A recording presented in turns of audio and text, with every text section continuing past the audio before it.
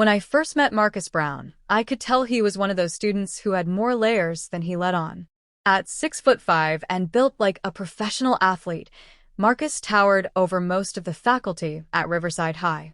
His deep voice and serious demeanor sometimes made teachers nervous, but I saw something different in him. I was Ms. Riley Harper, his English teacher, and from the first day he walked into my classroom, I knew Marcus needed more than just lessons about Shakespeare or poetry. He needed someone who truly believed in him. It was a chilly morning in early October when the principal, Mr. Thompson, called me into his office. He explained that Marcus was at risk of failing multiple classes, and worse, he was getting into arguments with teachers who didn't know how to reach him. "You seem to have a connection with him," Mr. Thompson said, handing me Marcus's academic file. "Would you mind working with him after school? He needs someone to guide him." Without hesitating, I agreed. I had always believed that students, especially those labeled as problems, were often the ones most in need of someone patient enough to listen. I knew Marcus could succeed if someone just showed him how. The first tutoring session didn't go smoothly. Marcus sat across from me in the library, arms folded across his broad chest, his expression guarded. "Why are you doing this?" he asked bluntly. "Because I believe in you," I replied simply. "And because you're worth it." He didn't respond right away, but the slight softening around his eyes told me I was getting through to him. Week after week, we met after school. At first, it was all business. I helped him organize his assignments, taught him how to write essays properly, and drilled vocabulary words until he could use them in his sleep. Slowly, though, our conversations drifted into more personal territory. Marcus told me about his dream of playing football at a major university, how he worked weekends to help his mom pay the bills, and how most people assumed he was trouble before they ever spoke a word to him. One rainy afternoon in November, Marcus showed up to our session, looking frustrated. He dropped his backpack on the floor with a heavy thud and slumped into the chair. "Tough day?" I asked gently. "Coach benched me," he muttered, staring at his hands. "Said my grades ain't good enough. Says I gotta get at least a C in every class or I don't play." I could see how much it hurt him. Football wasn't just a game for Marcus.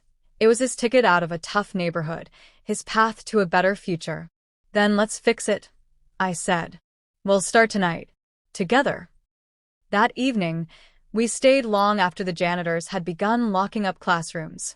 I helped him outline essays, solve algebra problems, and break down history chapters into manageable notes. Marcus worked harder than I had ever seen any student work before. He refused to give up, even when it was clear he was exhausted. By December, his grades were improving. His math teacher stopped me in the hallway one day just to tell me how different Marcus was acting, more focused, more respectful, more confident. It warmed my heart to hear it. Right before Christmas break, something happened that truly changed everything. Marcus came into the library, holding a crumpled acceptance letter in his huge hands. His face lit up like a kid on Christmas morning. "I got an offer," he said, nearly breathless. "A scholarship offer. Full ride. University of Michigan." I jumped up from my chair and threw my arms around him, not even caring that he practically lifted me off the ground in the process. He laughed for the first time I could remember, a deep, booming laugh that echoed through the empty halls. "You earned this, Marcus," I said, feeling tears prick my eyes. "I'm so proud of you." After that, our tutoring sessions turned into preparation meetings. I helped him fill out housing forms, practice interview questions, and even taught him how to tie a proper tie for his college visit. He had never worn one before, and I could see how uncomfortable he felt when we practiced. But he was determined. One afternoon, as he struggled to get the knot right, he looked at me and said quietly, "I wouldn't have made it without you, Miss Harper." I smiled and tightened the tie around his collar. "You made it because you never gave up," I said. "You had it in you all along." In May, Marcus walked across the stage at graduation to a standing ovation. His mother, sitting in the front row, cried openly as his name was called. I clapped harder than anyone, feeling like my heart might burst with pride. After the ceremony, Marcus found me in the crowd. He hugged me fiercely and handed me a small envelope. "Open it later," he said. When I got home that night, I sat on my couch and tore open the envelope. Inside was a handwritten letter. It said, "Miss Harper, you believed in me when no one else did. You taught me that I was more than what people saw on the outside. You taught me to believe in myself. I'll never forget it. Thank you for changing my life. Love, Marcus." I sat there for a long time, holding the letter close to my heart, overwhelmed by the impact of simple belief, hard work, and kindness.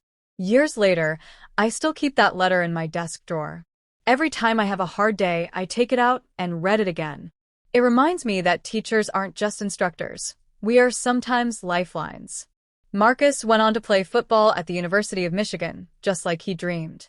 But more importantly, he graduated with honors and returned to Riverside as a teacher himself. He became the kind of role model he once needed, strong, compassionate, and endlessly inspiring.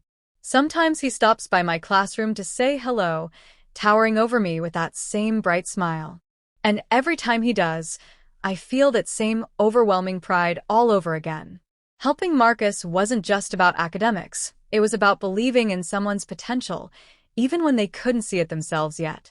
And in doing so, Marcus helped me too, reminding me why I became a teacher in the first place.